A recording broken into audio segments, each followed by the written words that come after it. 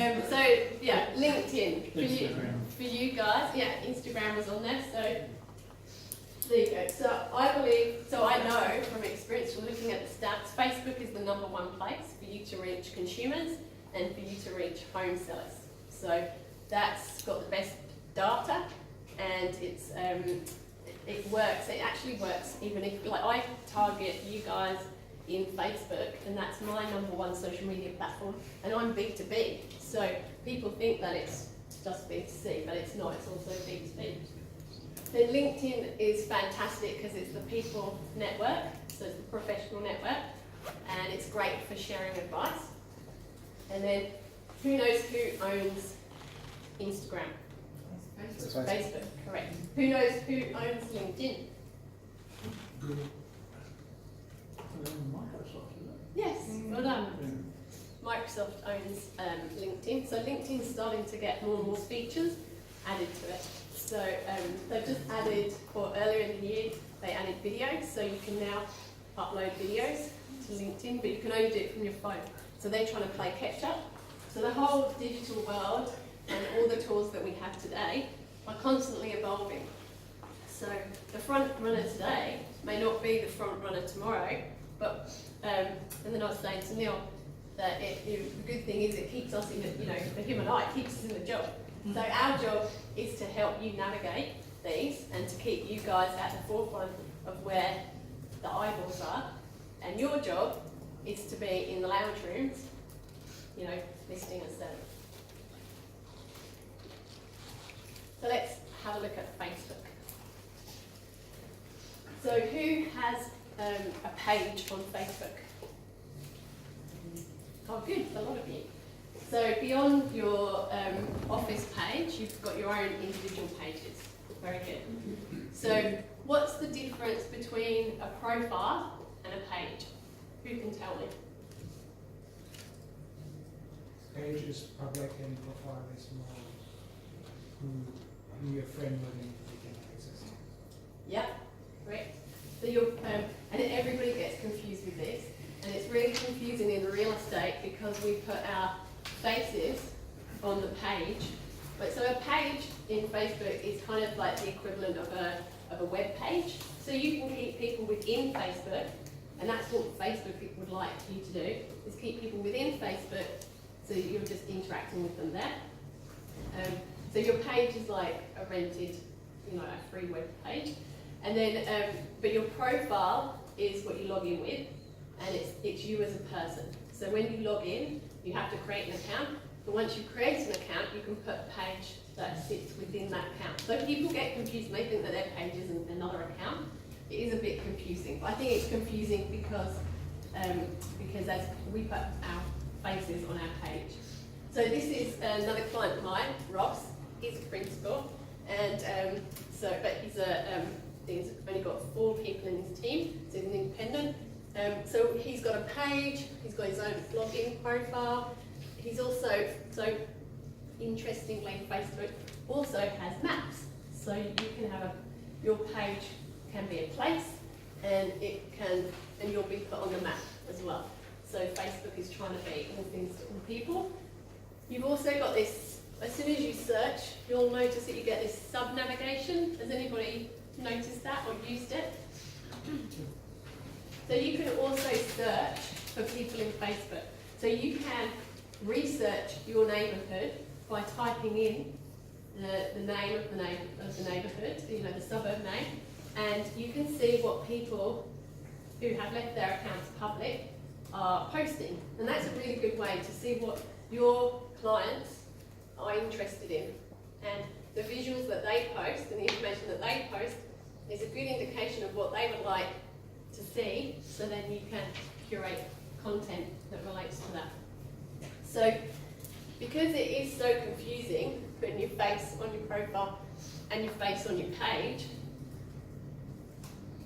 poor Ross got confused, so we put the one with the glasses. So he wears glasses sometimes, so we put this to help him understand where he is. So you're not alone, everybody gets confused, basically. And your account that you log in with can be public or it can be private. So you have a choice in that. So does that make sense? No? explaining to explain. But essentially, the importance of having, so you need an account to log in, so you have to have an account. Now, I recommend having 2 accounts for the reason that I have 2 accounts is I have an account that I use with friends and family, and because I'm... So that's what you call your profile? Yeah, your Okay, profile. Yeah, and these are Facebook names, so I'm just trying to keep in with what they call it. So that's you as a person, yeah, so your profile. And then you have, so I tried using my private account and a public page, but it was just really complicated, and I couldn't like connect to people and then ask them to like my page. So I found that and this is what we do with all our clients now, is we set you up with a separate profile. So if you are active on social media and you use it for private reasons, I recommend just having a private account. And then that solves the issue when we work with clients as well, where the 20-somethings just want to keep their account separate, which is fair enough. And so if you have friends and relatives that live overseas, then they're no good to you because they won't want to see all your real estate related content all the time. And if they don't react to any of your posts, that's going to tell the algorithm, Big Al, we like to call him Big Al in my office, it's going to tell Big Al that your content's not very interesting. But that may not be the case. So when you post content onto Facebook, it's better if you have an account that's for business purposes, that's your professional account, and that once you start a new account, you are given 5,000 connections. So you're allowed to make friends with 5,000 people. Once you hit that quota, you can't make any more friends. That's enough really for you guys. You don't really need more than that. It's better to have a smaller amount of connections that are the real people that will want to do business with you and live in your suburb than it is to have people overseas. And the worst thing that you can do is pay one of those companies, to get you followers. So if you pay like $10 or $20 for 1,000 followers, it may make you look good from the outside, look like you're popular, but those accounts will be fake accounts, and they'll be bots. They'll be like overseas accounts. So you basically build your whole Facebook account then by doing that. So you want it to be full of real connections, and you want to make it part of something that you do. So when you do your callbacks or after the weekend, you want to be, when you're following up from all the open homes, when you're on the phone, it's very easy, because I do this myself, to connect to people. So you can just look them up, connect on Facebook, connect on LinkedIn, and then that's how you build your connections. And then you can invite those people to like your page. So that's one way to build your page connections without paying. And it's more, you just do it piecemeal over time. Who does that? Who would say they're good at reaching out and connecting with people? It's good.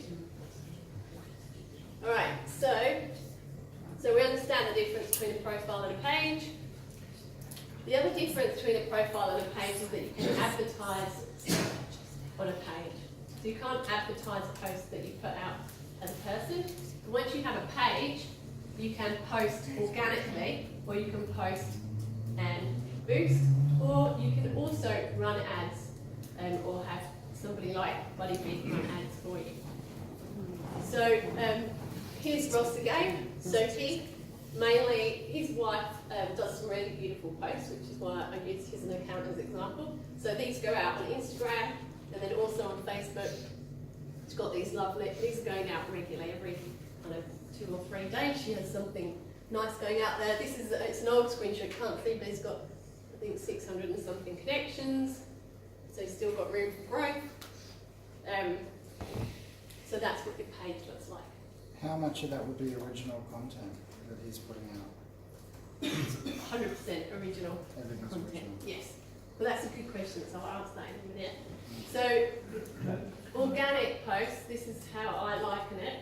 So, organic posts is where you haven't put any dollars, you're not promoting yourself, you're just sticking it on your window, shop window. It's kind of like cooking spaghetti. Who's ever done that? trick where you, is it cooked yet? See if it sticks to the tile. So it's kind of like, You could just eat it. yeah. So it's kind of like throwing spaghetti at the wall and hoping that it sticks. There's no guarantee that anybody's going to stick. Can you, if you've got 1,000 contacts and personal, the only way to get them to your business one is to invite, is it? Or can you pick them up and drop them in that basket? No. So there's a few ways that you can get people to see you. Whether they like you or follow you is totally up to them. You can't force them to do anything. But so if you befriend them, you can then, once they are your friend on Facebook, you can then, there's a feature from your page where you can say, send them a message and say, please like my page. And you can now amend that message. And what I recommend to everybody is, if you use Facebook to list, to put a sneak peek video up that you record yourself, or you put your property video up first, if you use Facebook as a pre-listing channel, then you can invite people to like your page, and when you send the message, say, see our new properties first on Facebook. See it first on Facebook, and then that will give people a reason to come to join your page and follow your page.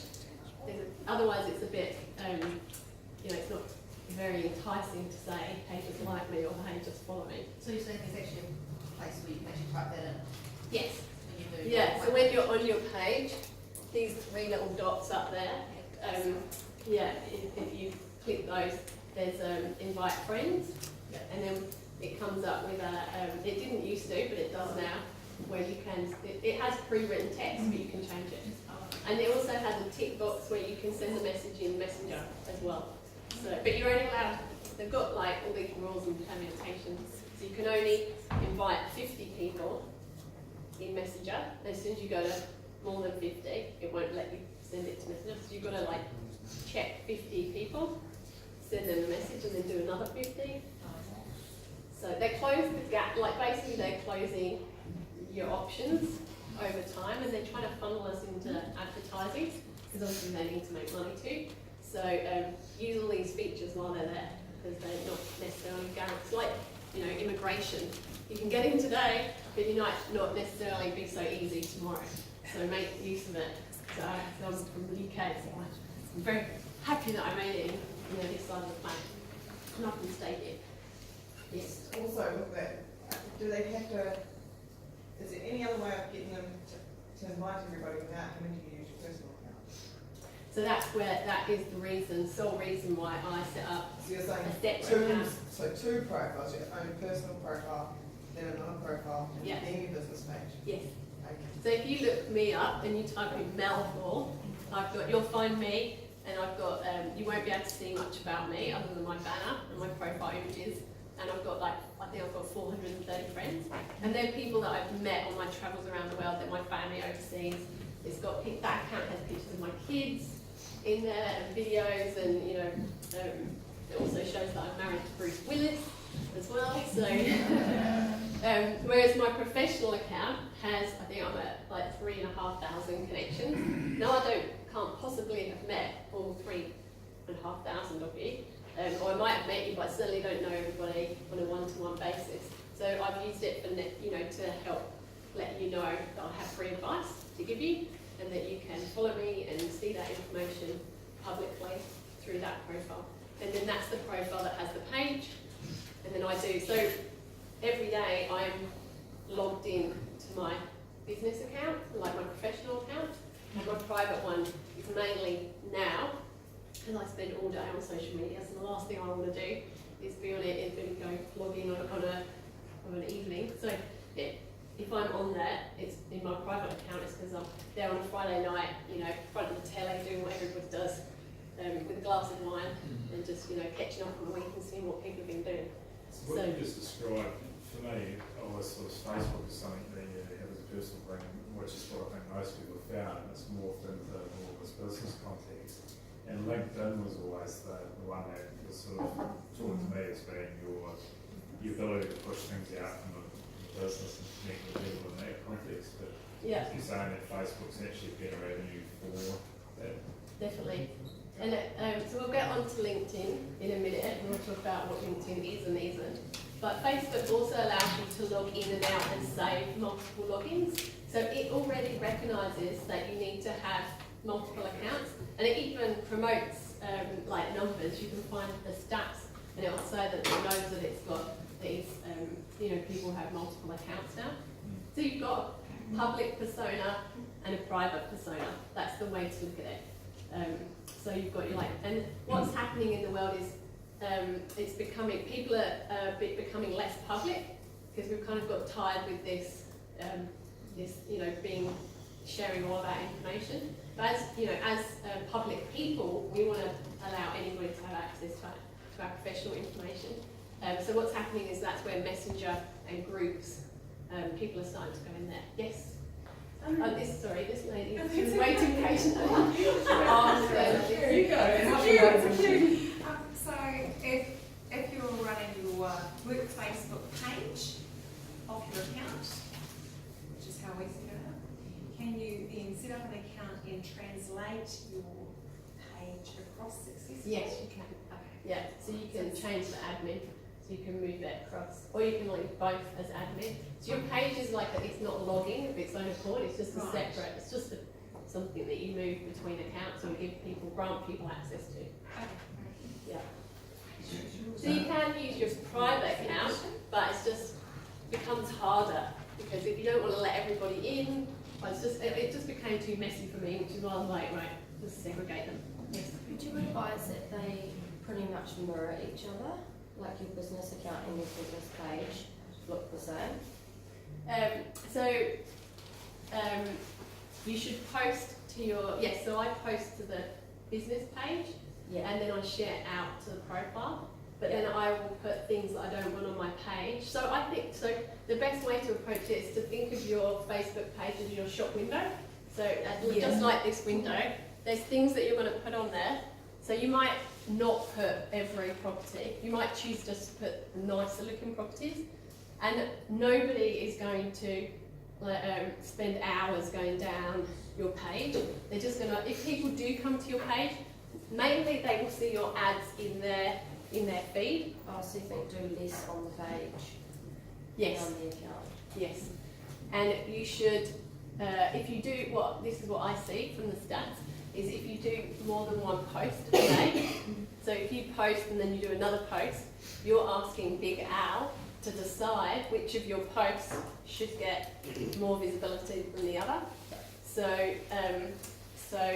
you can run as many ads as you want, but on your page, as you do, so I just recommend no more really than one a day. And if you watch the big commercial organisations, so if you watch the supermarkets, how many products do you have in a supermarket that you could promote?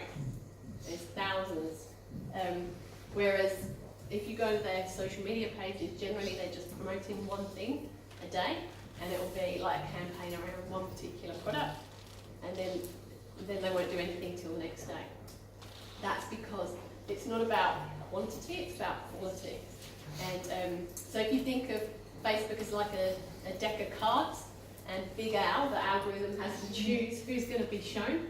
So if you're paying, so there's X amount of ad spots, and then there's X amount of organics, like free spots, and it has to choose who's going to be shown. So on that basis, what are the best times? Good question. I always get asked that question. There is no better time to post. There is peaks and troughs of when people are online. So we see peaks, and I used to see this when I was at the portal as well. So we would see heavy mobile usage in the evening, and pretty much every Facebook page, when you go to the stats, you'll see from 7 to 11 at night, you'll see a peak. So because people are in front of the TV, and what do? We're multi-device households now.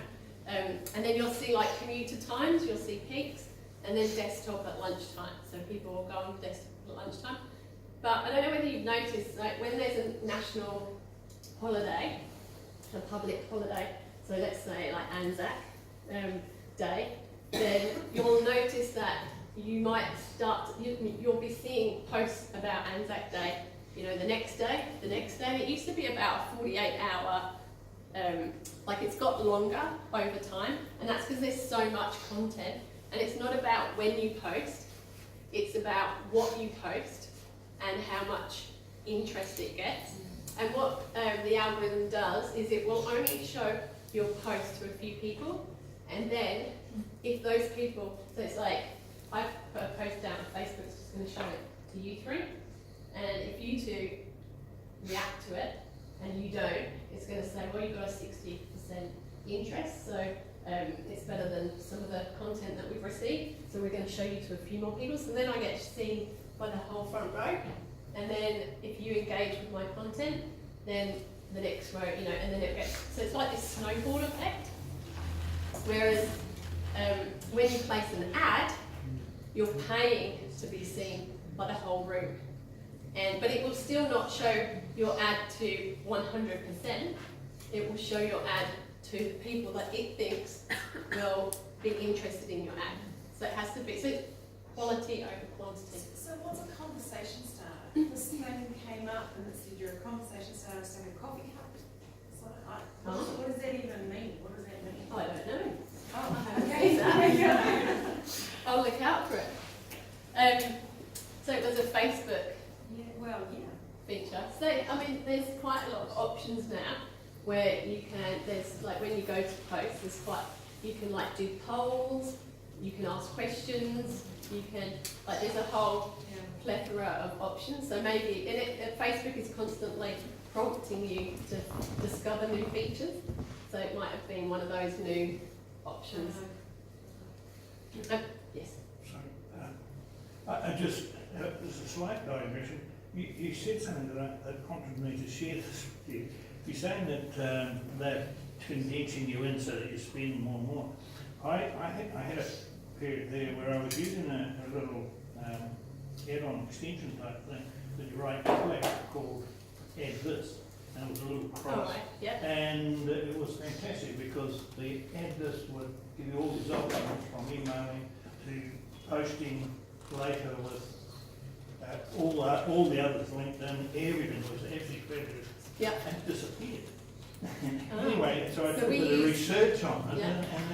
and you were talking about Well, we Microsoft. use it, so It's Oracle that own it. oh, as in add this. As Oracle, you know, the Add This, yeah. Well, I use add this on my website, I do, yeah. and we build websites, so we add it to all of our websites. So it's, you can have a free account, but that's when someone's on your page.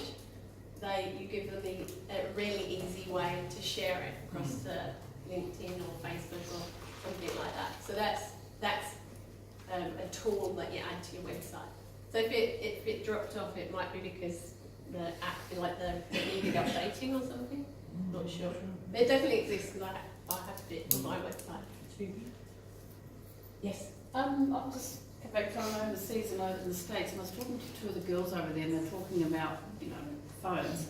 And they're saying they think people listen to them, and I've had the same experience because they were talking about buying beds, and all of a sudden, all these ads started coming up about beds. And then I had the same thing over here. I was talking about, I don't know, a trip to Bali or something.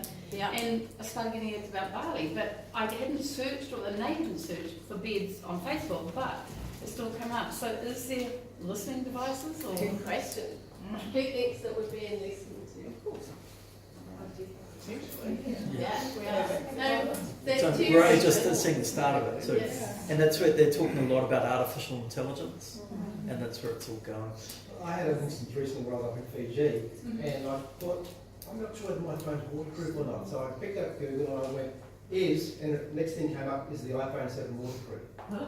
Came up on Google. You probably picked up the fact that I was on the beach Yeah. at the time. I don't know, we picked up citation, but I know what is the lead that came up iPhone 7 waterproof. Yeah. It's So only, just, we, it's only just starting, man. so, No, yeah. I wasn't, I promise I didn't say anything like that. You thought it. You said, oh, by osmosis, you knew. You were thinking about it. I'm not sure they quite know what the osmosis I think it was information you want to give. So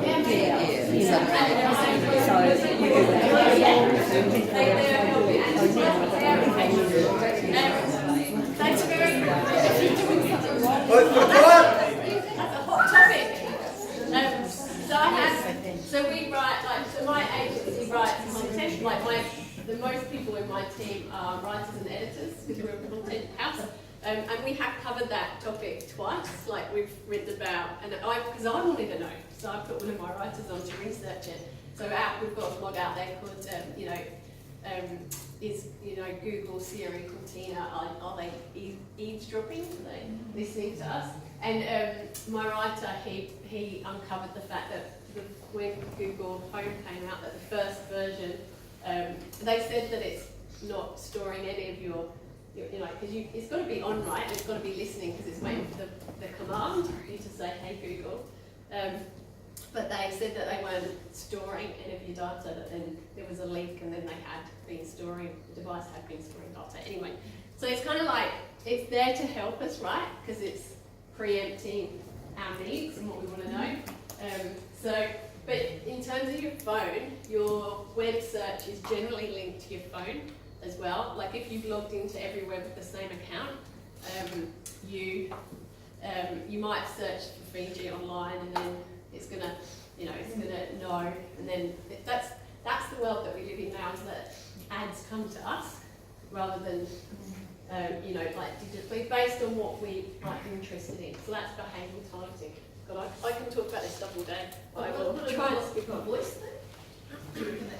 So so you have to press the button, to get Siri.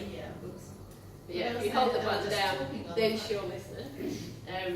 But yeah, so I don't believe that it's necessarily, I think they could and they might be, but I haven't found any evidence to say that they definitely are listening. But I've had the same thing, hey, should we order pizza tonight? And then I get off the phone and then it's like, go to Google and then or wherever, and there's, pizza. I'm like, great. So that's the opportunity for us though, right? You get smarter with this targeting. Yeah.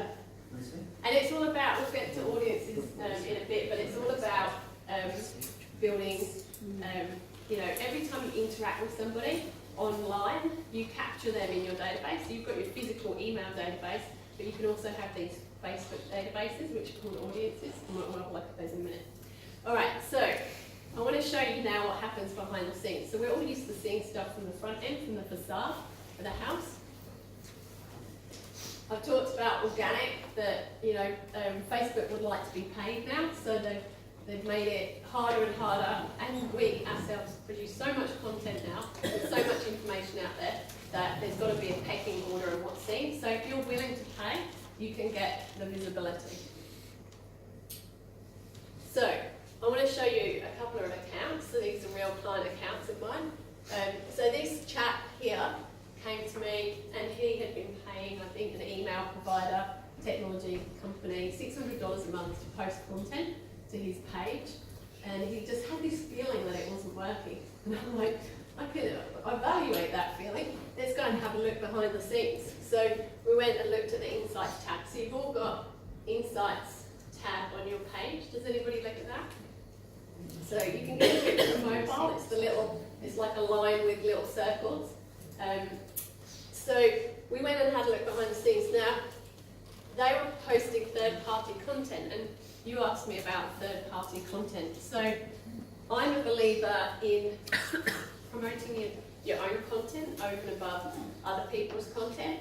So a couple of years back, when organic, you could be seen just by posting anything. Then there was like this belief that it's good to post other people's content because it's better to be seen and be seen as sharing, and that just posting about yourself was, a bit narcissistic. But that's the right word. The thing is that if you're posting third-party content, who are you promoting? Yeah, and where are you sending people? To them. So if realestate.co.nz has a great article, or Tradery has a great article, I think these places are great, but it's the same in Australia. Our realestate.com and Domain. Now, when I worked at Domain, my last project there was to launch the blog, which was all like evergreen content, so house styling and first home buyer grants, all of that kind of content. So I see agents posting their content all the time, which is fine, but all you're doing, or we're doing, is driving people back to those portals, and those portals charge us money to list homes.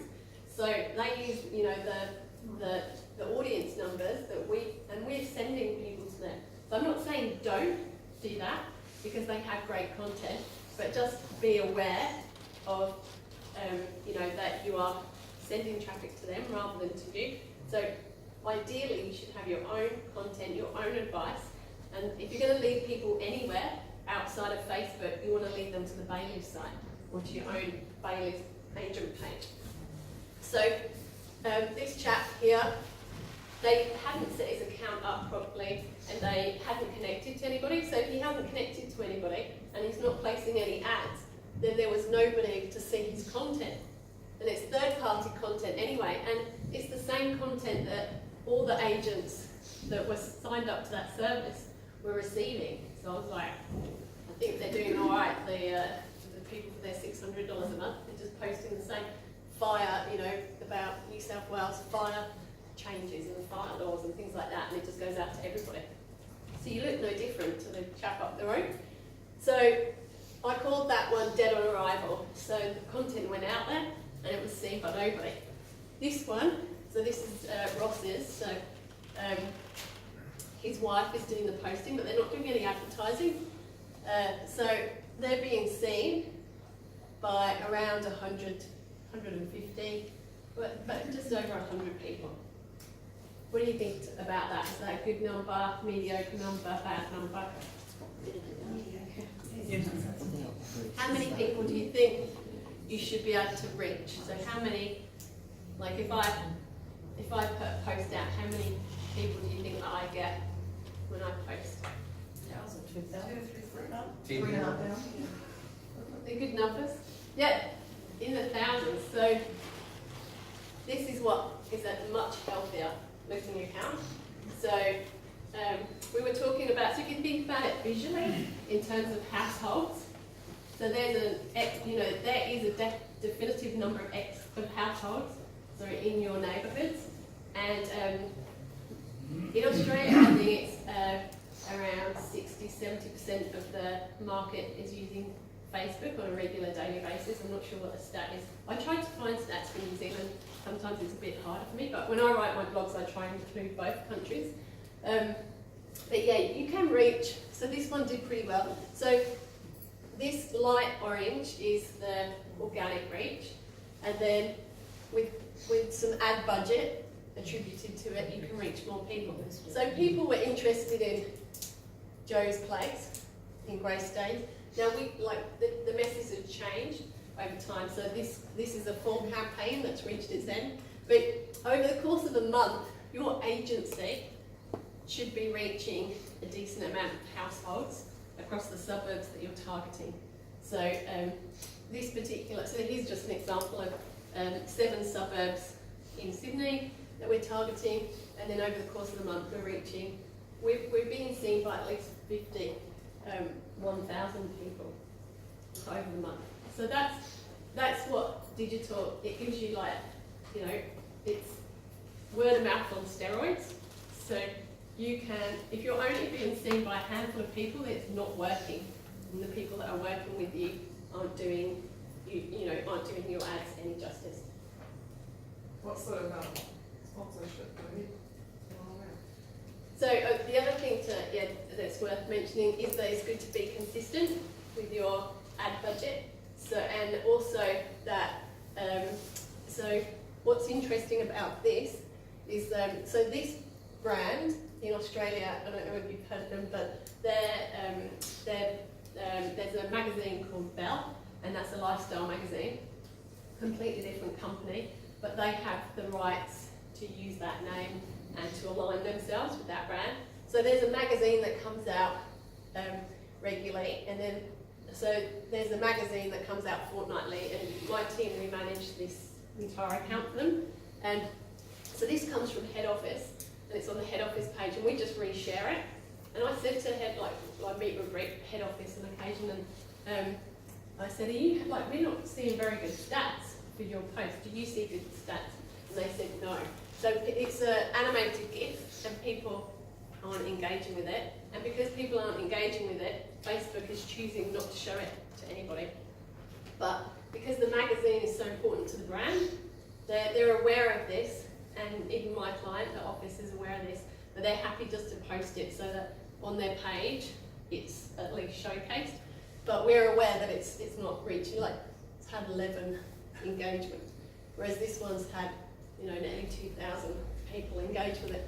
So we have a pattern, no more than one post a day on the page, on the shop window, and it's we do 2 featured properties, we do a blog, we do the magazine once a fortnight, because that's when it comes out, and we do the open homes. So the open homes don't do very well. So people don't actually want to see a list of open homes, because by the time you post it, people have already got their own shortlist.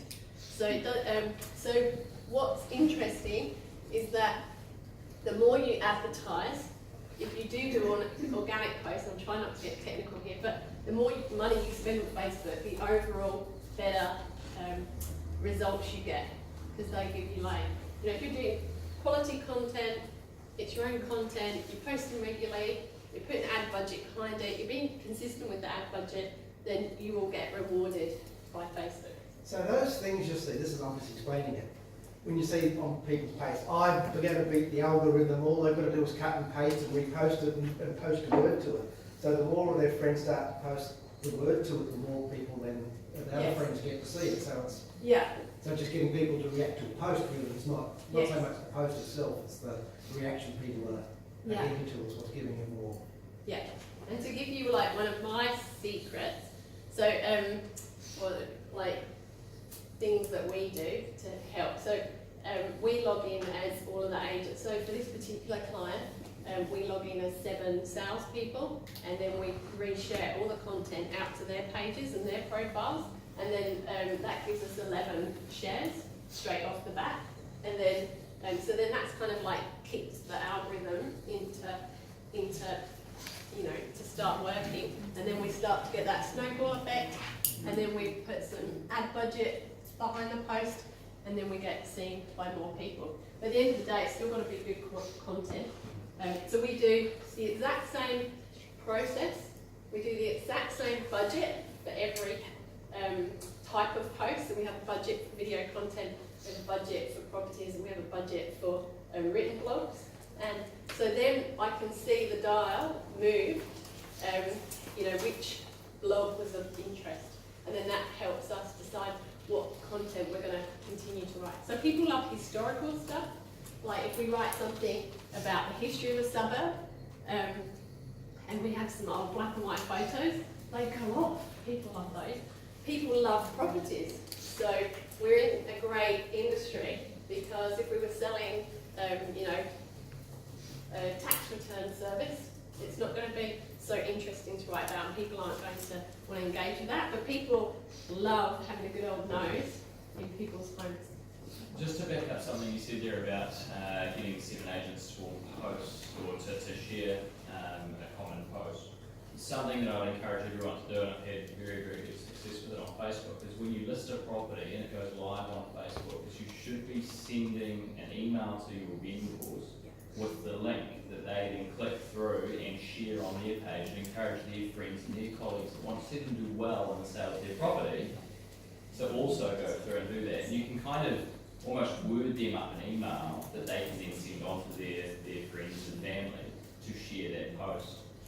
We did a really successful one with the Facebook Live campaign as well, and I think by the end of it, because Facebook Live doesn't tend to have the same restrictions as an advertisement on a post. We had something, somewhere I think over a week, 28,000 or so views on those 2 campaigns. Yeah, we were really behind it. you can. Could you share some words for the team, Ryan, on email? Yeah, Just email them out in terms of- yeah. Yeah, I just can the see words out of what a we can see. template that you'd Yeah, send yeah. to your Yeah. people. And Neil, I've got a question for you, Neil King. So at the moment, we're promoting, so we'll put a budget against a property through Buddy Bid on Bailey's. Yeah, Instead of doing that on the Bailey's national site, should we be doing that through our regional Facebook pages to build more community around our specific? Because the thing with Facebook is very community oriented, right? yeah. Should we, and we're very, we want to geo-target. Yeah. Should we be doing that more with our regional pages rather than the national page? Yeah, that's certainly a framework that others have followed.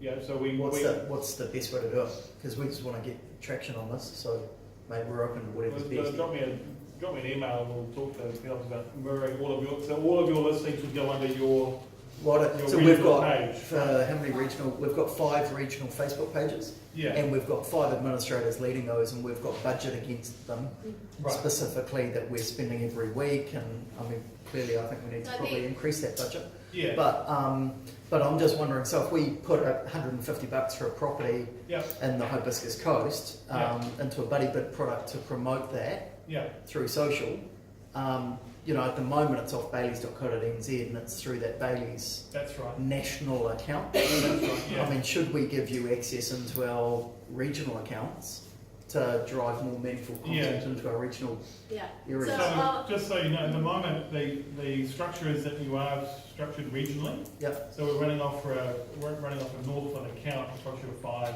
Okay. branches, but the traffic's being pushed back to that The Baileys the national Baileys, website. which is not a necessity of our system. Yep. And certainly there are still other ways of doing that. Cool. So yeah, Well, maybe you and I'll take that offline. yeah, But I think we just need whatever's going to get the best result That's right. for our vendors and for our team. Yeah. So How I'll do you want to do explain, at least it's a good question in terms of prompting me to talk about your window, your page, shop window versus what's called dark ads, or which is like the buddy, which is, I don't know why they're called dark ads, because they're not sinister. It's like But the dark side.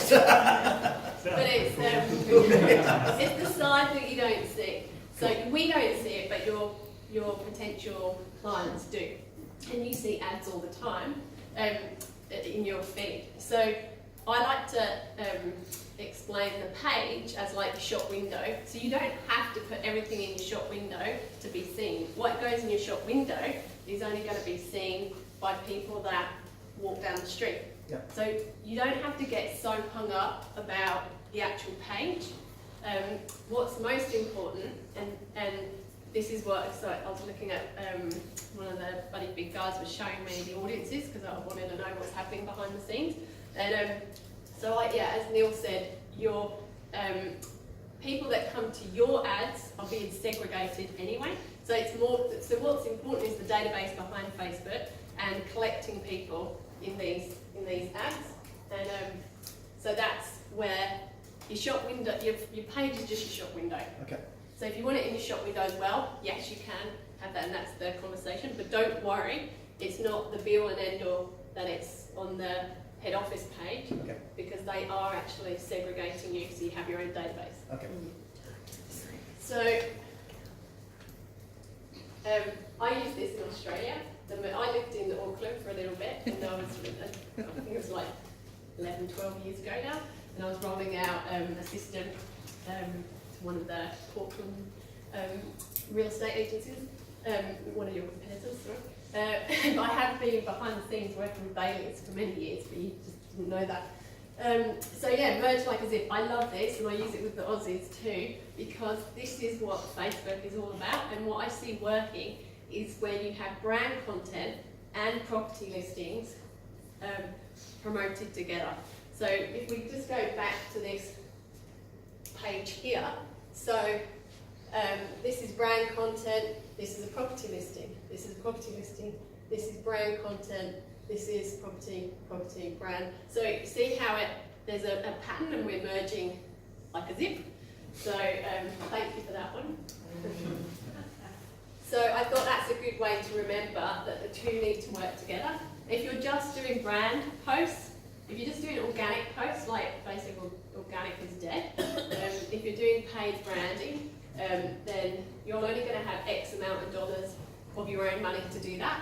But if you can get vendor paid advertising for Facebook, not only does your vendor get extra exposure for their property, meaning no stone is unturned, but you also benefit from getting brand exposure. And the more consistent and the more consistent you are with your ad budget, and because people love looking at properties, so we've seen a massive uplift and you guys get massive stats and you don't even, you can do, and lots of people don't realise that, but then that has a resultant effect on helping you keep your name visible and get more traction in Facebook. So when it comes to Facebook advertising, you need your properties, you need your brand content, which is like advice, your advice, not somebody else's advice, your advice in video or written form, and then merge like a zip. With Facebook advertising of a property, you can do the promotion of it yourself on Yes. Facebook. So what's the difference using Budapest? Oh, that's a good question. You guys are full of good questions today. So there's the easiest, how I explain it to everybody that we work with is there's the blue world. So we're all used to logging into the blue Facebook world. And then there's the grey world, which is where I live. So I spend very little time in the blue world. I live because I'm an advanced Facebook marketer.